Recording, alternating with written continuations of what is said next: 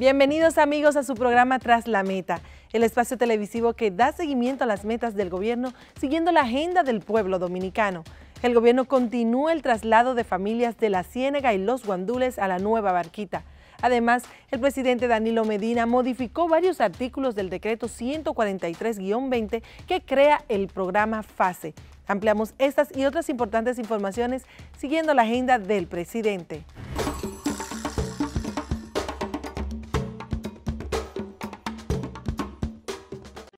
El presidente Danilo Medina encabezó una reunión que tuvo lugar en el Salón Privado del Palacio Nacional, en la que se evaluó el cumplimiento de los protocolos obligatorios de prevención del coronavirus establecidos por la Comisión de Alto Nivel durante la primera fase de la desescalada. La Comisión de Alto Nivel para la Prevención y Control del COVID-19 autorizó la apertura de las tiendas de los centros comerciales bajo el estricto cumplimiento de los protocolos generales y sectoriales. Las hermanitas de ancianos desamparados Hogar San Francisco de Asís recibieron la tercera partida de los recursos prometidos por el presidente Danilo Medina para la terminación de la construcción de la iglesia. El Centro Nacional de Ciberseguridad alertó a los usuarios ante correo de procedencia dudosa con asuntos como consejos para evitar el contagio, alertas de expansión del virus o aplicaciones móviles para diagnosticar contagios, señalando que con ese tipo de acciones los delincuentes aprovechan las informaciones relacionadas con el COVID-19 para crear cadenas de correo con el fin de robar datos e infectar dispositivos. Por tal motivo, los ejecutivos del referido centro pidieron a la población no abrir esos mensajes, porque se arriesgan a ser víctimas de la ciberdelincuencia. El presidente Danilo Medina encabezó una reunión con el Comité de Emergencias y Gestión Sanitaria para el combate del coronavirus, en la que se evaluaron las medidas implementadas durante la primera fase de la desescalada que inició el pasado miércoles 20. El centro de la evaluación tuvo lugar en el Salón Privado del Palacio Nacional. El Comité de Emergencias y Gestión Sanitaria para el Combate del COVID-19 valoró la importancia de continuar con las prácticas que han permitido un adecuado manejo de la pandemia. El gobierno entregó a la Asociación de Ganaderos y Pequeños Productores de Leche de Villa Los Almácigos de Santiago Rodríguez los recursos para la construcción de 8 pozos tubulares. La Asociación de Agropesca La Ciénaga recibió los recursos prometidos por el presidente Danilo Medina durante su visita sorpresa 259 a San José de Ocoa para la adquisición de un camión refrigerado. El Fondo Especial para el Desarrollo Agropecuario distribuyó más de 60 millones de pesos entre 10 asociaciones de productores de aves, ganado, plátano y otros rubros agropecuarios de distintas partes del país. El dinero será utilizado para preparar tierras para la siembra, capital de trabajo, adquisición de novillas, pago de mano de obra, construcción y reparación de infraestructura. El presidente Danilo Medina designó a José Casimiro Ramos Calderón, asesor agrícola del Poder Ejecutivo y coordinador del Programa Nacional de Siembra de Cultivos de Ciclo Corto, mediante el decreto 173-20. El presidente Danilo Medina se reunió en el Palacio Nacional con funcionarios del sector agropecuario, en la que se pasó balance a la disponibilidad de bienes alimenticios para el resto del año 2020. Resultado del encuentro, se adoptaron más medidas para seguir protegiendo a los productores del impacto económico del COVID-19 y consolidando la seguridad alimentaria lograda por el país. Más de 350 productores de Barahona e Independencia recibieron 13 sistemas de bombeo que les permitirán irrigar unas 16.500 tareas de plátano, guineo, rulo, maíz, berenjena, auyama, limón, batata, yuca, guanábana y otros rubros agrícolas. La entrega de las electrobombas prometidas por el mandatario Danilo Medina durante su visita sorpresa 257 se realizó a través del Instituto Agrario Dominicano. 11 familias más se mudaron a la nueva Barquita tras la propuesta que les hizo el gobierno de elegir entre apartamento o dinero como indemnización por sus casas a orillas del río Sama para dar paso al proyecto Nuevo Domingo Sabio. El presidente Danilo Medina estableció mediante el decreto 174-20 un procedimiento especializado para la titulación de 18 zonas francas y 14 parques industriales, así como sus naves construidos por el Estado con su participación. El Poder Ejecutivo creó a través del Decreto 175-20 la Comisión Presidencial de Fomento a la Innovación para la elaboración de la Estrategia Nacional de Innovación de la República Dominicana 2020-2030. El presidente Danilo Medina creó mediante el Decreto 185-20 el Programa de Asistencia al Trabajador Independiente, PATI, para apoyar de forma transitoria a trabajadores independientes elegibles con una transferencia monetaria de 5.000 pesos. El ministro de Agricultura aclaró que los fondos del programa de sistema de siembra cultivos de ciclo corto fueron asignados por autoridades monetarias. El presidente Danilo Medina modificó varios artículos del decreto 143-20 que crea el Fondo de Asistencia Solidaria al Empleado FASE. Los cambios fueron realizados por el Poder Ejecutivo a través del decreto 184-20. El presidente Danilo Medina, mediante el decreto 186-20, confirmó a Pedro Luis Castellanos como Superintendente de Salud y Riesgos Laborales, cargo en el que fue designado mediante el decreto 78-15 el 25 de marzo de 2015.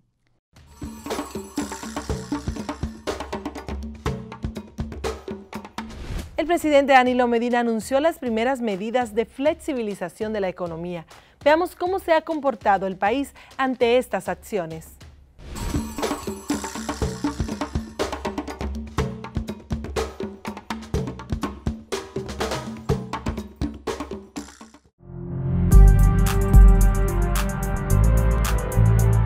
La República Dominicana continúa siendo uno de los países de las Américas con mejor manejo ante la pandemia del COVID-19.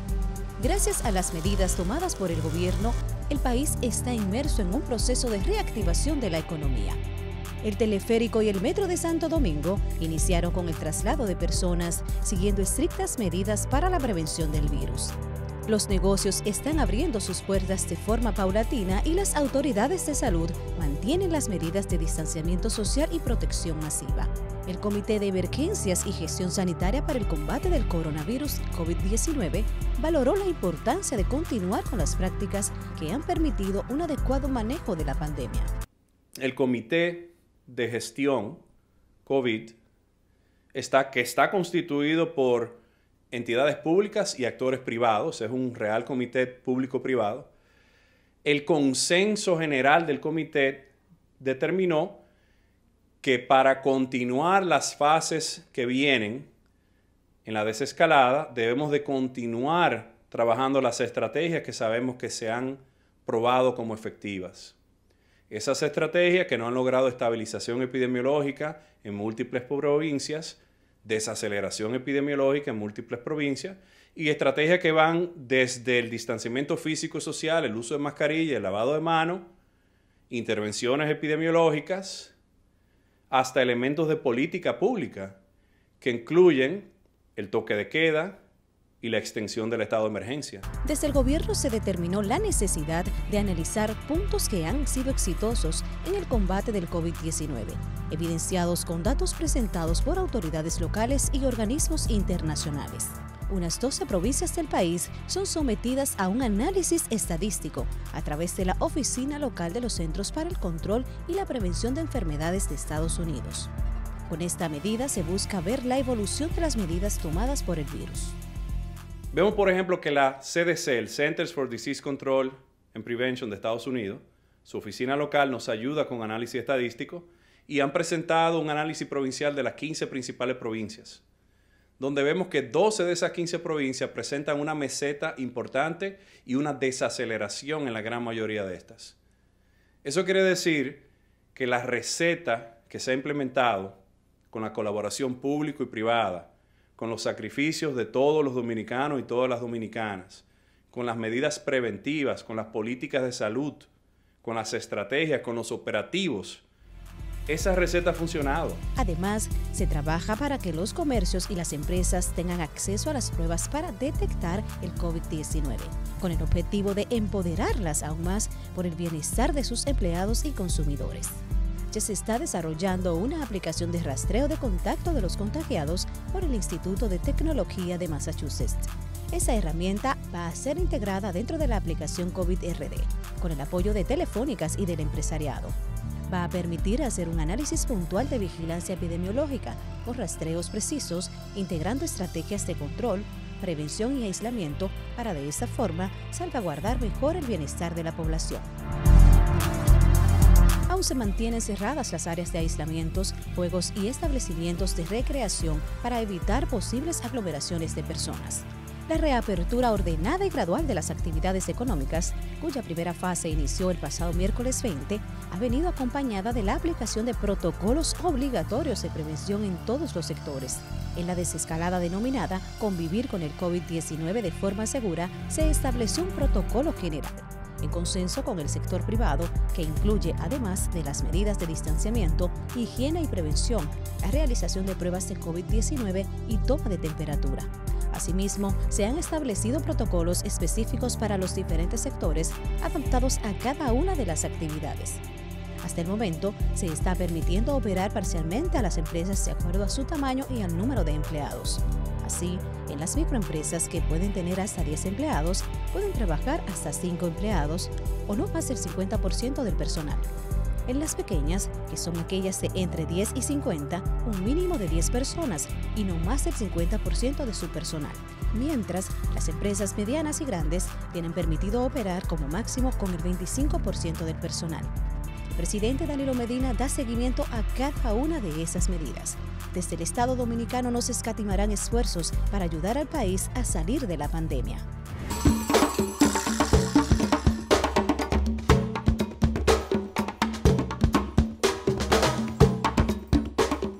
El gobierno garantiza un techo digno a familias del Nuevo Domingo Sabio. Veamos cómo ha sido el traslado de las primeras familias de más de 200 que van a ir a un nuevo hogar en la Nueva Barquita.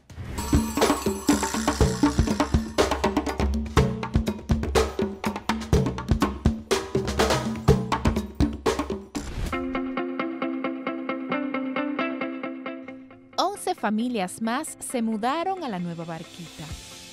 A estas personas se les hizo una propuesta de elegir entre apartamento o dinero como indemnización por sus casas ubicadas a orillas del río Sama. El objetivo de esa idea es dar paso al proyecto Nuevo Domingo Sabio. La vida de estas personas cambió gracias a la ayuda del gobierno. A las 7:48 llegó el camión para la mudanza. Ya han sido trasladadas 25 familias sin costo alguno y bajo el protocolo que dispone el Ministerio de Salud Pública en medio de la situación sanitaria que vive el país por el coronavirus. Nancy Jacqueline Cordero es una de las personas que decidió optar por un apartamento que le ofrece un hogar digno y propio. Y a lo demás que voy a vivir mejor ahora. Todo está muy bonito, espero disfrutarlo, dormir como una reina ahí, ya usted sabe. Estas familias dejaron atrás la pequeña casa de zinc que ocupaba un área de apenas 25 metros cuadrados a escasos metros del río. Una vez llegaron a la Nueva Barquita, en Santo Domingo Norte, las familias mostraron su alegría al ver por primera vez el departamento que se convirtió en su nuevo hogar. Yo me siento bien porque yo sé que la vida va a cambiar de un lugar para otro. En el lugar donde yo vivía, bueno, en la Ciénaga, en los Guandules, la casa estaba deteriorada, entonces ahora ya la cosa va a cambiar, es diferente. En total, unas 1.500 familias que vivían en la zona inundable ya han sido trasladadas del lugar o recibieron sus indemnizaciones para dar paso al plan del Nuevo Domingo Sabio. A las últimas 220 familias de la primera fase que faltaban por mudarse, se les presentó la propuesta de los apartamentos. Quienes se decidieron por esta opción están siendo trasladados de forma organizada con las normas protocolares que requieren estos momentos. A Gregorio Montero y un grupo representativo se les presentó la propuesta del desalojo en el barrio Los Guandules. Yo estoy muy contento con el apartamento que me trajeron de mi casa para un apartamento y que Dios me dé larga vida para disfrutarlo al lado de mis hijos. Junto a Gregorio, emprendió este viaje Ramón Marte, padre soltero con 5 hijos, quien valoró que ahora tiene un techo digno para sus muchachos. Unas 17 familias componen el primer grupo de mudanza hacia la nueva Barquita, complejo que consta de estancia infantil, escuelas, centro de salud, plaza, áreas verdes, transporte, entre otras facilidades. Viví en La Ciénaga, en el sector La Ciénaga, con mis 5 muchachos. Tuve una batalla para conseguir eso, pero gracias a la urbe me ayudaron y estoy viviendo en un hogar digno. Cuando llovía, la casa se inundaba de agua. Ahora en este apartamento voy a estar bien. El proyecto Nuevo Domingo Sabio, ejecutado por la Unidad para la Readecuación de la Barquita y Entornos Urbe, tiene como objetivo sanar el río Osama y construir soluciones urbanísticas para dignificar la vida y el hábitat de más de 40.000 dominicanos que sufrían pobreza y exclusión en los barrios La Ciénaga y los guandules de la capital. Un personal de Urbe continuará conversando con las familias empadronadas pendientes de traslado. Para aquellas familias que no estén interesadas, el proceso de indemnización, es decir, emisión de cheques y traslados, seguirá su curso normal. Una vez más, el gobierno dominicano demuestra que tiene como prioridad el bienestar de la gente.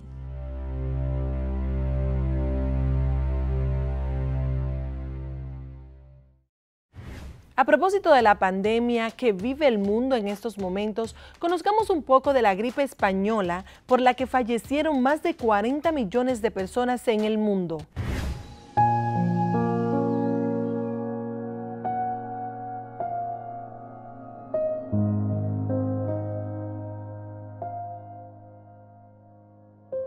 Se desconoce la cifra exacta, pero se estima que mató a 50 millones de personas en el mundo. Se considera la pandemia por virus más devastadora de la historia. Su estela de muerte no distinguió fronteras ni clases sociales. En el año 1918, España da a conocer al mundo la existencia de una nueva enfermedad. En ese mismo año culminó la Primera Guerra Mundial. Nadie se imaginó que la guerra seguiría, esta vez con un enemigo invisible y que atacaría a todos los países y en todos los flancos. A causa de la gripe española, como se le conoció, murió casi el triple de personas con relación a la cantidad de seres humanos que perdieron la vida en la Primera Guerra Mundial en la mitad del tiempo. Es decir, en la Primera Guerra Mundial, de 1914 a 1918, 4 años, murieron alrededor de 20 millones de personas, mientras que a causa de la gripe española murieron 50 millones de personas entre 1918 y 1920, en apenas 2 años. Investigadores ubican la primera aparición de la gripe en Francia, en el año 1916. Otros en China en el 1917, mientras que otros estudios señalan que los primeros casos aparecieron el 4 de marzo de 1918 en la base militar de Fort Riley, Estados Unidos. Lo cierto es que ya se habían registrado varios casos en Europa, pero cuando en 1918 llega a España, se disparan las alarmas en el mundo. España se mantuvo neutral durante la Primera Guerra Mundial, por lo que no censuró, como otros países, las publicaciones referentes a la enfermedad y sus devastadoras consecuencias. Por ser, hasta ese momento, el único país en reportar la epidemia, esta pasó a conocerse como la gripe española. España no fue el epicentro del virus convertido en pandemia, pero fue uno de los más afectados. 8 millones de personas se infectaron en ese país y 300.000 perdieron la vida por esta causa. La gripe de 1918 fue un brote de influenza virus A del subtipo H1N1. Contrario a otros virus que por lo general afectan a niños y ancianos, Muchas de estas personas que murieron por la epidemia fueron jóvenes y adultos saludables con edades de entre 20 y 40 años. Al parecer, estas personas, siendo niños, no estuvieron expuestos a un virus de esta categoría y, por consiguiente, no contaban con inmunidad natural. Cansancio corporal, diarrea, fiebre elevada, dolor de oídos y vómitos ocasionales eran los síntomas de esta enfermedad. En esa época, al no haber antibióticos disponibles, la mayoría de los fallecidos padeció de una neumonía bacterial secundaria. Los primeros hallazgos patológicos durante cientos de autopsias que se llevaron a cabo en el 1918 solo reflejaron condiciones del aparato respiratorio. Los resultados solo arrojaban insuficiencia respiratoria sin comprobar la circulación del virus. Para aquellos años se hizo popular la mascarilla de tela y gasa. En la Gaceta Oficial de la ciudad de Burgos, capital provincial de la Comunidad Autónoma Castilla y León, el 4 de octubre de 1918, se advertía que la infección se propagaba por gotitas de saliva que despiden quienes hablan o tosen. También llamaba a extremar las medidas de limpieza y se decretaba el uso obligatorio de mascarillas. En el verano de 1920, así como había llegado el virus conocido como la gripe española, la gripe de 1918 desapareció.